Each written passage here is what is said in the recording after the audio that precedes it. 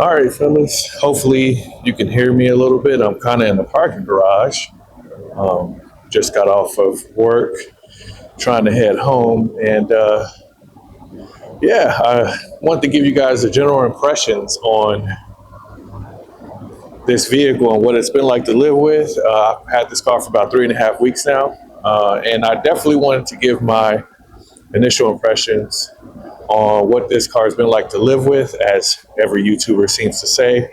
And, you know, I wouldn't say do I regret making the purchase, but more or less, do I miss my WRX TR?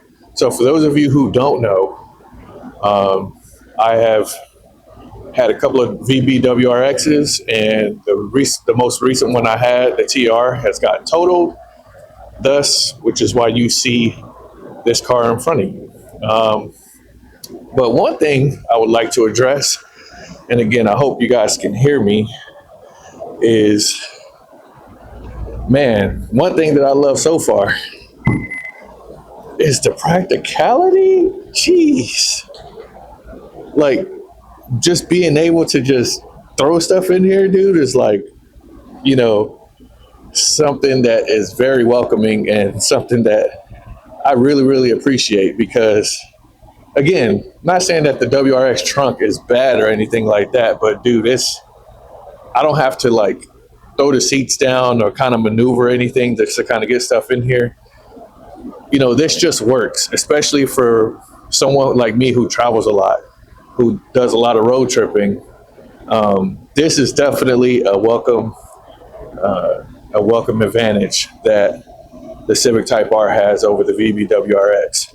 So with that being said, today's video, we're going to talk about what it's been like to live with this car for the last month or so. And, should you get a Type R, or should you get, something else that's a little bit cheaper? I'm definitely going to give my opinions on that. So stay tuned to the video. Are you paying attention? Good. All right, so Civic Type R. It's been about almost a month with the car, and I definitely got some opinions to share with you guys. Very honest opinions too. And forgive me, I am going to be comparing this car a lot to the VB WRX because that's the car I'm the most familiar with compared to this. And it'll definitely give you guys a more, detailed comparison if you are indeed shopping for this car, because I will be honest with you, you could definitely cross shop the VB WRX with the Civic Type R, just based off of price alone. To be honest, you can definitely get a lot of value out of the VB WRX. So again, like I said, I'll be comparing a lot of my experiences to,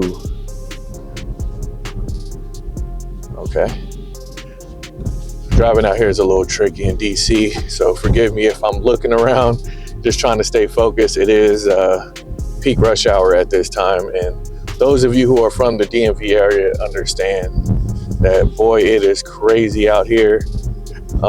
Thankfully, the kids are out for Christmas break and whatnot, so it's not as bad as it normally is, but it's still pretty hectic, so I kind of got to be hyper focused sometimes. But anyway, like I said, disclaimer, I will be comparing this a lot to my VB that I had, so here I go. So first of all, come on, ma'am, you can go. Again, traffic. First of all, Civic Type R, had it for about 3 weeks. Is the car fun?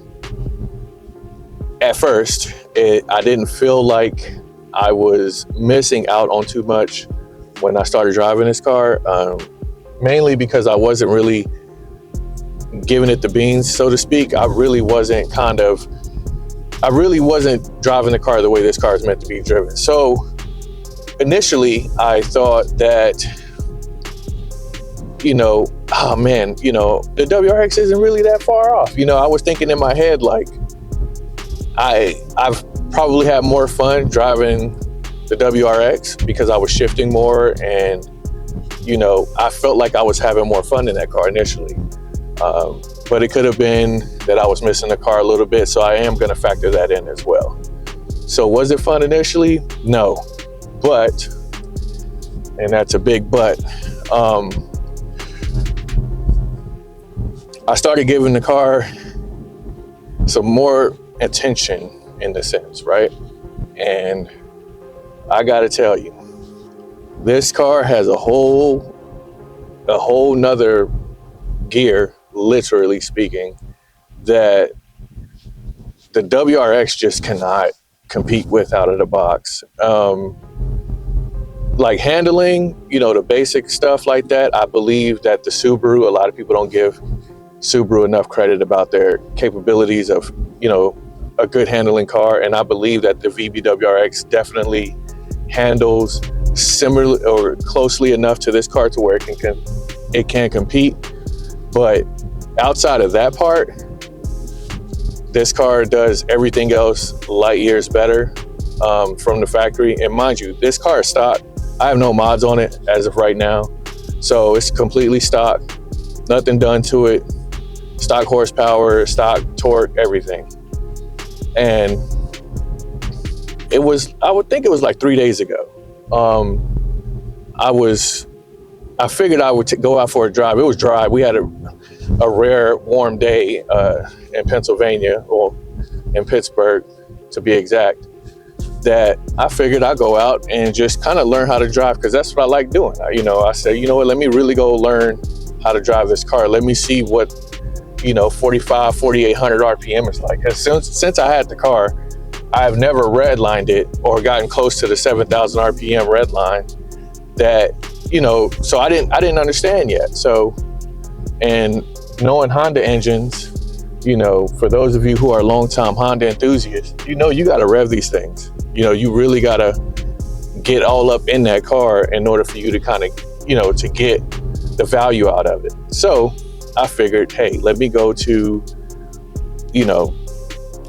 some of my favorite twisty roads, which I live by a lot of them, and really give this car what it deserves, right?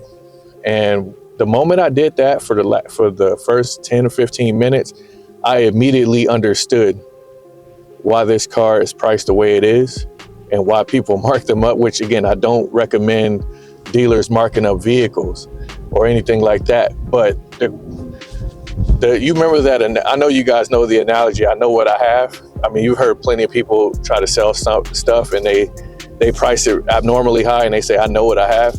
You've heard that before. So, it's not anything new, but I didn't know, I had no idea, because I've never, lived with a Civic Type R, especially the newer one. I admired them from afar, but I've test driven a few, but not to the point to where, like a real test drive. I never had the right environment to put the car in to be like, let me see what all the hype is about.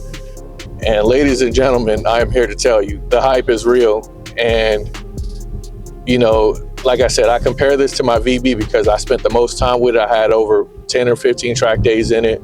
So I very intimately know that car inside and out.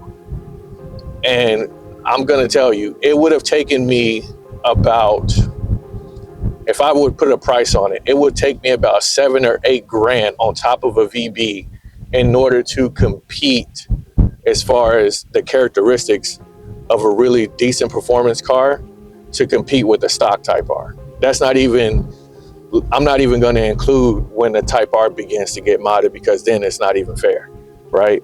Because we all know that the VB transmission is very limited, and you would definitely, if you're going anything past 400, you might want to go get a STI transmission. So, but you would have to put that much money in to compete with the stock version of this car. The reason why I say that is because this car out of the box is super composed. It's very planted in the corners. Like the limited slip differential, it feels like I was driving a rear wheel drive car. I don't know how to describe it, but this car felt like a track car when it needed to be. But when you're driving, like I'm doing now, driving around town, it feels like, obviously it feels like a Civic. So you're like, okay, this feels like any other car. It has that wolf in sheep's clothing deal, like if you know type of thing. And that's right up my alley. That's what I like. I think the WRX to a certain extent has that same quality about it, being that wolf in sheep's clothing, because the potential that the chassis has, we all know about it. Those who've owned Subarus and WRXs before, that, the VB in particular definitely has a lot of potential, but you got to throw a little money at it, which is why the base model a couple of years ago was one of the best values you can get on the market, because if you threw $5 or $6 grand at that, you're still below $40,000 and you got a 400 horsepower, car that can go, that feels like you're riding on rails. So it's definitely the value for the WRX is because it's cheaper. But if you're comparing, car to car with no mods, it's not even remotely close. And I thought, and my goal was to build the VB to kind of compete with the Type R. Man, I had a huge uphill battle to climb. Now that I actually own the Type R, it's not even, it's like night and day difference on these cars. Not only just the drivetrain, that's obvious, right? But it has so many other characteristics that the WRX is lacking, which now I'm gonna address the STI guys, because now I see why you wanted one so bad. I understand that you wanted something to compete in this price point. And I think if the VB had a limited slip differential, front and rear, the torque distribution, all of that stuff that pretty much the GR Corolla has, but with that same chassis, because that chassis is great, I'm not gonna lie about that. And with a strut tower bar, to keep the car planted and stuff like that. If it had all those right out of the factory, I believe that it would definitely compete. But outside of that, which is, again, STI guys, you know what? I will extend my apologies to you, because now I see why you wanted one so bad. It's not about having one just to have one. It's, you kind of want something to compete. You want something that you won't have to do too much with, but you will spend $45,000, $48,000 for, and the TS is probably not there because it's still open diff and you don't have that torque distribution. So hopefully that new STI will definitely help you guys out, in that department, because like I said, car for car, man, this thing is on a whole nother planet. I don't know what it was that I felt when I started really driving this car, but it was something that was mind-blowing to me, that I'm like, this is a whole different animal. And the crazy thing is, I have even mentioned, was the horsepower, because it's not even really about that. It's the other characteristics that make this car so special, with the supreme handling, how it's so planted around corners, how when you give it power, it responds to you. And, those things definitely go a long way. And I think that it definitely helps with, your ownership of the car, because not only can you, drive this thing around and just chilling or whatever, right? But you could also take this thing on the track and just be one of the fastest people there. And that's with stock power. That's not even with, 400 or 500 horsepower. If you know how to drive this thing, you're going to beat a lot of vehicles, because I think it has enough power. I think 320 is enough for this car.